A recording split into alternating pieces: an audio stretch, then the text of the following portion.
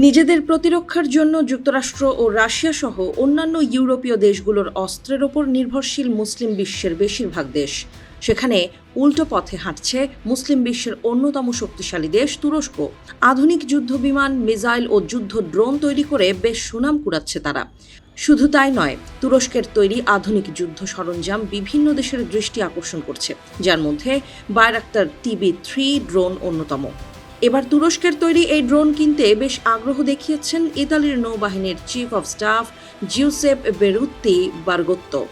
সম্প্রতি ইতালির পার্লামেন্টে তিনি জানান, ইতালির বহরে থাকা বিমানবাহী রণতরীর জন্য তুরস্কের বায়রাক্তার TB3 ড্রোন সংগ্রহের ব্যাপারে গভীরভাবে আগ্রহী।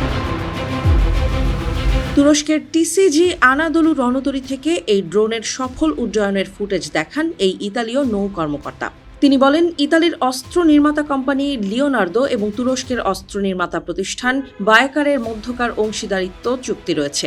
এই চুক্তির মাধ্যমে তুরস্কের তৈরি ড্রোন TB3 ড্রোন কেনা হলে তা ইতালির নৌবহরে থাকা কাভুর বিমানবাহী রণতরীতে যুক্ত করা সম্ভব।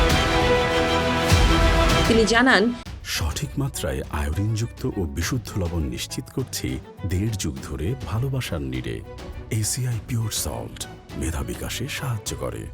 যে আধুনিক যুদ্ধক্ষেত্রে ড্রোন ব্যবস্থার গুরুত্ব অপরিসীম। তুরস্কের এই কিছুটা জটিল কিন্তু কার্যকর ড্রোন ইতালির সামুদ্রিক সক্ষমতাকে বহুগুণ বাড়িয়ে দেবে বলেও দাবি করেন তিনি। ইতালীয় বিমানবাহী রণতরী কাভুর বর্তমানে আমেরিকার 5ম প্রজন্মের F-35 যুদ্ধবিমান বহন করে। তবে তুরস্কের TB3 ড্রোন যুক্ত হলে এটি নজরদারি এবং আক্রমণের ক্ষেত্রে এক নতুন মাত্রা যোগ করবে। সম্প্রতি নেটোর স্টিডফাস্ট ডার্ট 2026 সামরিক মহড়ায় তুরস্কের তৈরি TB3 ড্রোনের কার্যকারিতা প্রমাণিত হয়েছে।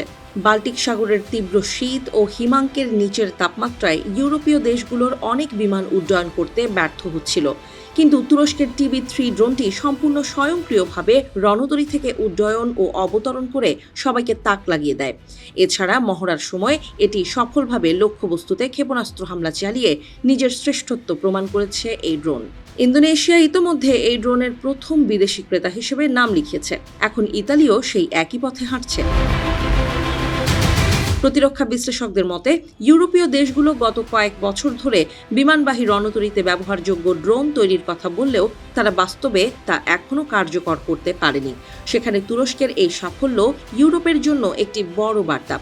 এই অংশীদারিত্বের ফলে রোম এবং আঙ্কারার মধ্যে কৌশলগত সম্পর্ক আরও গভীর হবে, যা ভবিষ্যতে ভূমধ্যসাগরীয় অঞ্চলের নিরাপত্তা ও বৈদেশিক নীতিতে বড় প্রভাব ফেলবে।